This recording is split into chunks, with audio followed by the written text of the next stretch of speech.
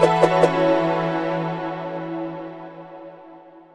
बच्चों paper number 1 का question number 7 discuss कर रहे हैं हम लोग।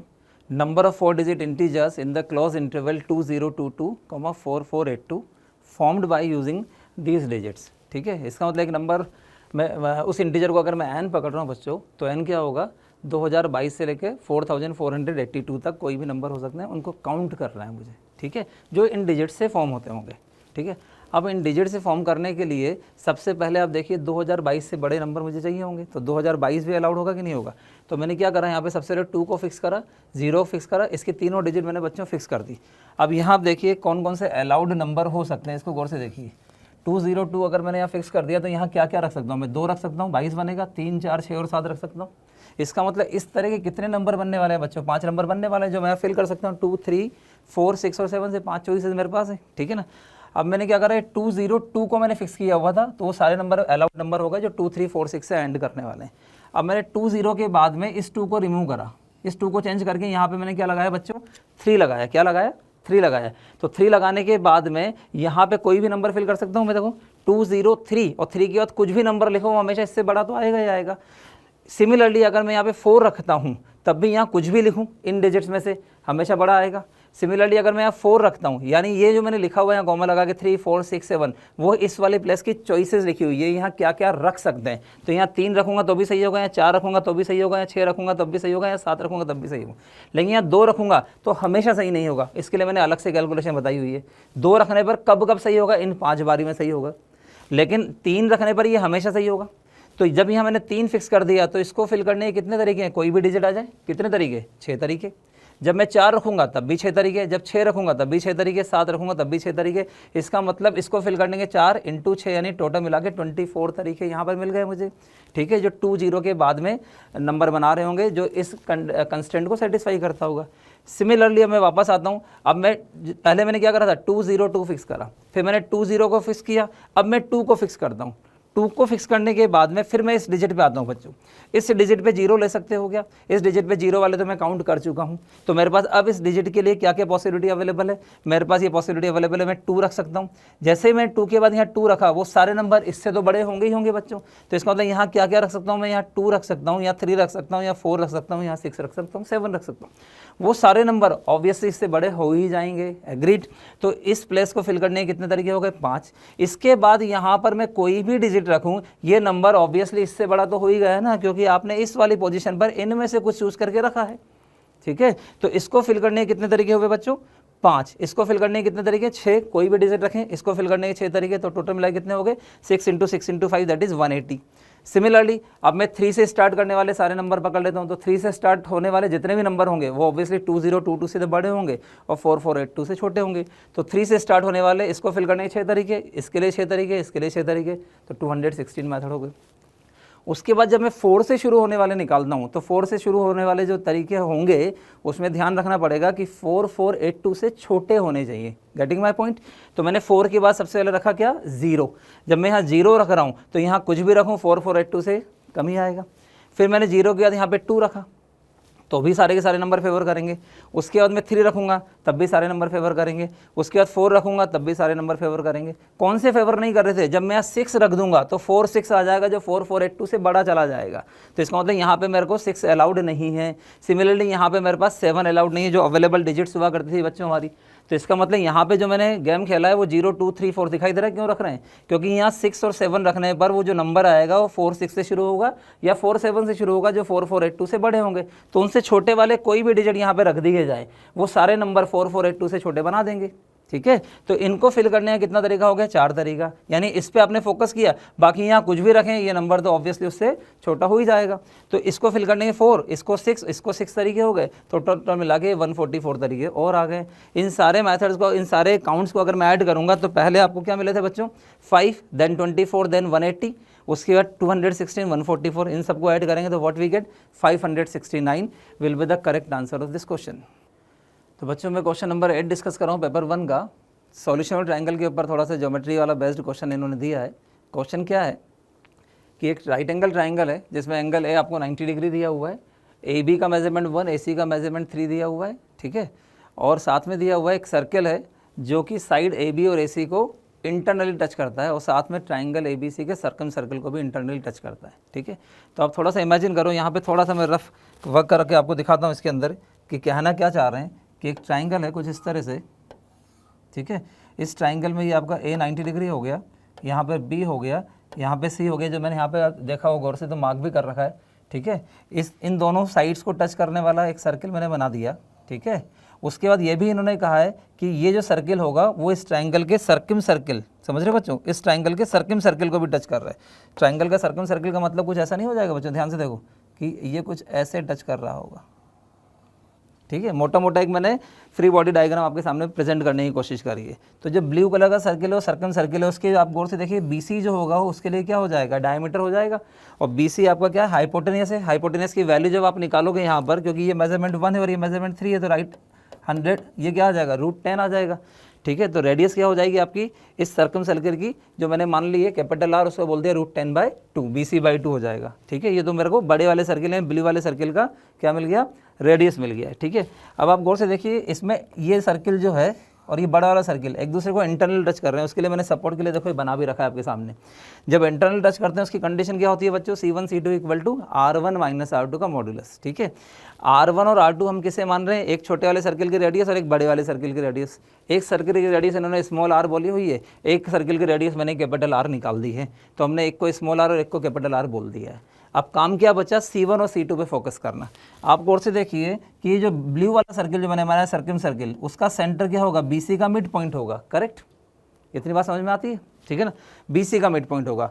मैं क्या कर रहा हूँ यहाँ पर, जो इन्होंने मेजरमेंट दिए हुए हैं उसके हिसाब से इस A को ओरिजिन मानते हुए इसको x एक्सिस के अलोंग और इसको y एक्सिस के अलोंग ले लेता हूँ, जो मैंने यहाँ बहुत क्लियर कट पिक्चर में बनाया हुआ है। ये एक फ्री बॉडी डायग्राम है, ये मैंने क्लियर कट बनाया हुआ है। इसको मैंने ओरिजिन पकड़ लिया 0 0, ये मेजरमेंट आपको 1 यूनिट है तो ये कोऑर्डिनेट हो गया 1,0, ये 0 0 है, ये मेजरमेंट 3 है तो ये हो गया 0,3। इतनी बात मेरी क्लियर है बच्चों। आपको कहा गया है कि इन दोनों लाइंस को टच करने वाला एक सर्किल, ये मैंने ग्रीन कलर से बना भी रखा है, देख भी रहा होगा। गौर से देखिए दोनों कोऑर्डिनेट एक्सिस को अगर सर्किल टच कर रहा है, उसके रेडियस को अगर मैं स्मॉल r बोल रहा हूँ तो उसका सेंटर, आप गौर से देखिए ये r और ये r है, तो उसके सेंटर के दोनों कोऑर्डिनेट क्या हो जाएंगे, r, दिखाई दे रहा है बच्चों। तो सेंटर के कोऑर्डिनेट हो गए r. अब आपसे अभी थोड़ी देर पहले मैंने बात करी थी कि ये जो BC है वो हाइपोटेनियस है। हाइपोटेनियस का मिड पॉइंट जो होगा उस बड़े वाले सर्किल का सेंटर होगा।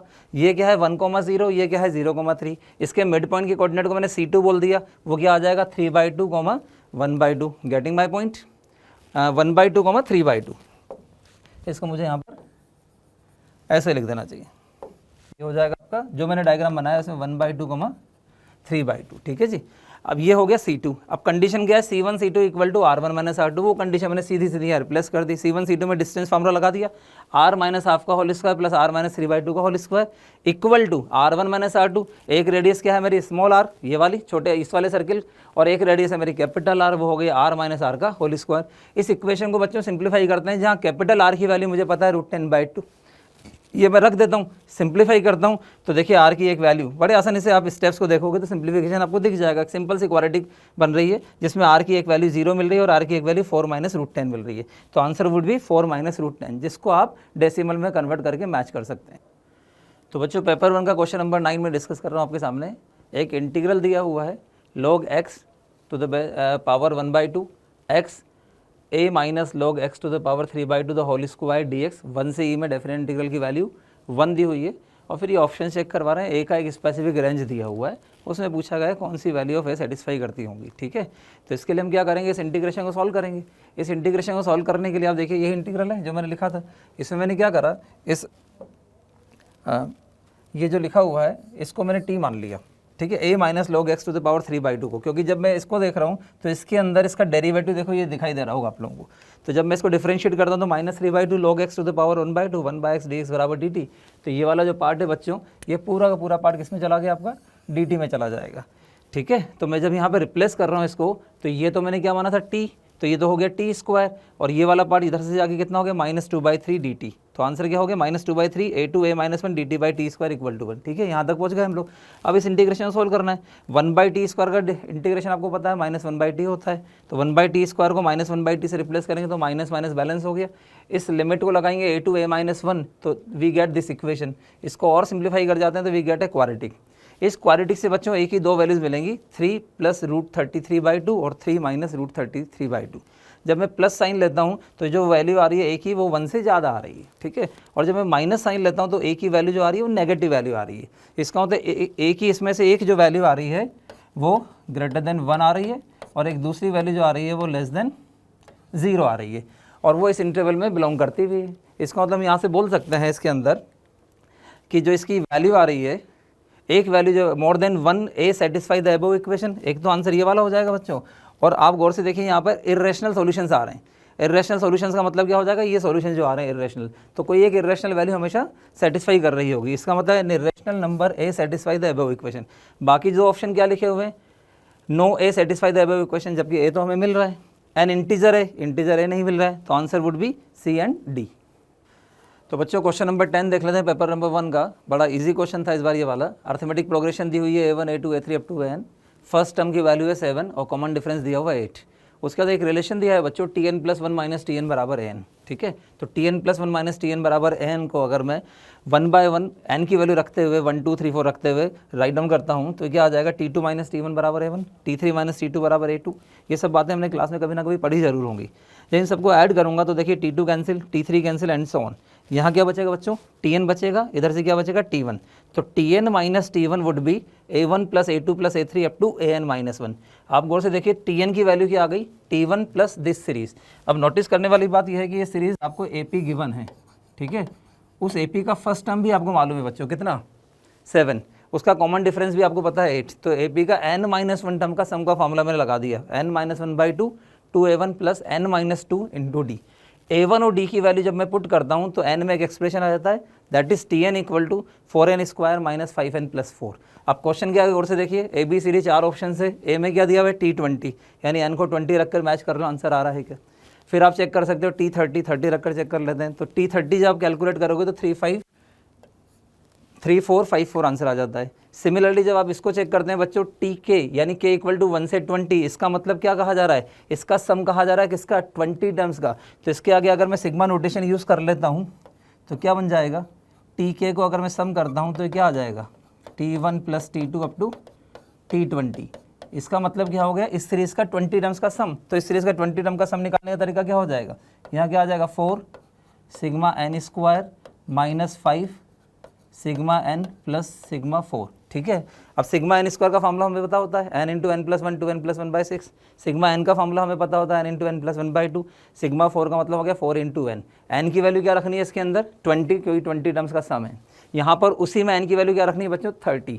जब आप 20 रखोगे तो मैच कर जाएगा 10510। जब आप 30 रखोगे तो मैच नहीं करेगा। इसका मतलब answer would B B and C। तो बच्चों पेपर 1 के क्वेश्चन नंबर 11 को एक बार पढ़ लेते हैं, उसका सोल्यूशन देखते हैं क्या कहा जा रहा है।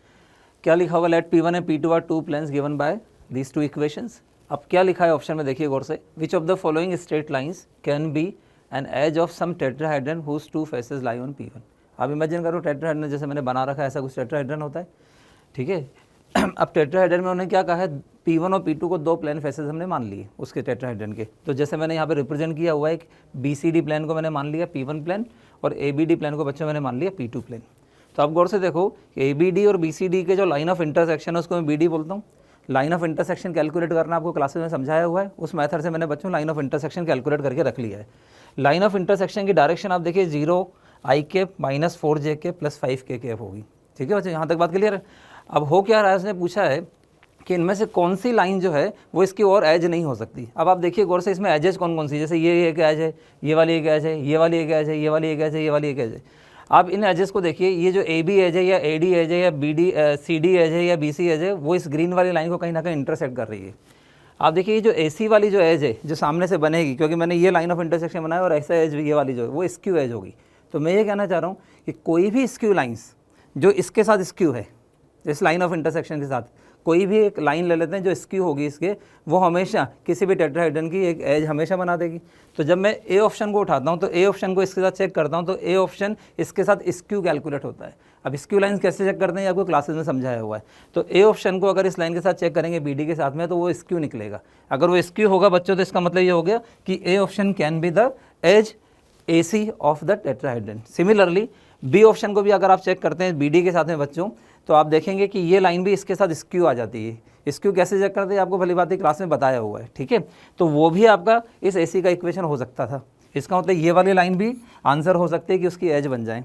अब आप गौर से देखिए, जब टेट्राहेड्रन हम बना रहे हैं तो जैसे टेट्राहेड्रन की दो फेसेस मैंने बनाई है, ये वाली और ये वाली, ये इसकी एज है। अब एक एज ये भी तो है बच्चों यहाँ पर, ठीक है। तो ये एज क्या है, इस वाले प्लेन के अंदर है, BCD के अंदर, ठीक है। तो BCD के अंदर अगर कोई लाइन है जो इस लाइन ऑफ इंटरसेक्शन को कट कर जाती होगी, यानी इस लाइन ऑफ इंटरसेक्शन को इंटरसेक्ट करने वाली कोई भी लाइन जो प्लेन P1 में हो या प्लेन P2 में हो, वो भी तो एक एज हो सकती है। जैसे यहाँ पे आप देख रहे हैं कि ये जो BC है वो क्या है, प्लेन P1 में है और इस लाइन ऑफ इंटरसेक्शन को कट कर रही है कि नहीं है। सिमिलरली आप देखो BA, ये भी तो एक एज हो सकती है। ये कहाँ पर है, लाइन ऑफ इंटरसेक्शन को कट कर रही है और प्लेन P2 में है। Getting my point. तो इस कॉन्सेप्ट से अगर हम चलते हैं तो आप D ऑप्शन को अगर आप चेक करेंगे तो D ऑप्शन इसको इंटरसेक्ट कर रहा है, आपको दिख भी रहा होगा 040 इसका पॉइंट है, 040 इसका ही पॉइंट है। इसका मतलब इनका पॉइंट ऑफ इंटरसेक्शन है। इसका मतलब these two lines are intersecting lines. इस लाइन को जब मैं चेक कर रहा हूँ तो ये लाइन आपकी प्लेन P1 में लाई कर रही है। इसका मतलब क्या हो जाएगा कि प्लेन P1 में होने वाली लाइन, जिसको मैं BC नाम दे सकता हूँ या CD नाम दे सकता हूँ, जो इसको इंटरसेक्ट कर रही है, इसका मतलब it can be the edge of tetrahedron. जब मैं C ऑप्शन को चेक करता हूँ बच्चों, तो C ऑप्शन को चेक कर रहे हैं तो ये भी देखिए 040 से पास हो रही है, 040 से पास हो रही है, यानी इंटरसेक्ट तो कर रही है। लेकिन जब मैं इसको चेक करता हूँ तो C ऑप्शन वाली जो लाइन है ना तो प्लेन P2 में लाई करती है, न ही प्लेन P1 में लाई करती है। तो जो लाइन P1 और P2 दोनों में से किसी भी प्लेन में लाई नहीं कर रही है, इसको इंटरसेक्ट तो कर रही है, जैसे ऐसे निकल के चली गई, और प्लेन P1 और P2 में किसी को नहीं कर रही, तो ये एज नहीं हो सकती टेट्राहेड्रन की। Getting my point. Hence we get the answers are A, B and D। That's it. तो बच्चों next question is question number 12 of paper 1। इसमें क्या दिया हुआ है, आप ध्यान से देखिए कि प्लेन का इक्वेशन दिया हुआ है पैरामेट्रिक फॉर्म में। क्लासेस में डिस्कशन होता है पैरामेट्रिक फॉर्म में प्लेन का इक्वेशन है, उसको कार्टेशियन फॉर्म में कैसे कन्वर्ट करते हैं, पहले ये काम कर लेते हैं। तो कार्टेशियन फॉर्म में कन्वर्ट करने के लिए हमने क्या मान लिया, जो वेरिएबल वेक्टर r है उसे xi plus yj plus z के मान लिया 3 डायमेंशन के अंदर, ठीक है। अब आप देखिए जब मैं इसको कंपेयर करूंगा तो what we get, x equal to minus T minus P, y equal to T and z equal to 1 plus P. अब मैं t और p दोनों पैरामीटर को जब यहाँ से एलिमिनेट करता हूँ तो बच्चों मुझे क्या मिलेगा, x plus Y plus Z equal to 1। That is equation of plane in Cartesian form. इसके बाद आप क्वेश्चन ध्यान से पढ़ें तो क्या लिखा हुआ है, S be the reflection of point Q. Reflection मतलब इमेज। पॉइंट क्यू के कोऑर्डिनेट दिए हुए हैं, एस के कोऑर्डिनेट आपको alpha comma beta comma gamma given है, ठीक है बच्चों। तो आपको क्या करना है यहाँ पर कि क्यू के कोऑर्डिनेट यहाँ पर है, ये प्लेन का इक्वेशन मेरे पास अवेलेबल है, इसकी इमेज मैंने अल्फा बीटा गामा एज्यूम कर रही हूँ, ये वहाँ पे दिया हुआ अल्फा बीटा गामा इसकी इमेज है।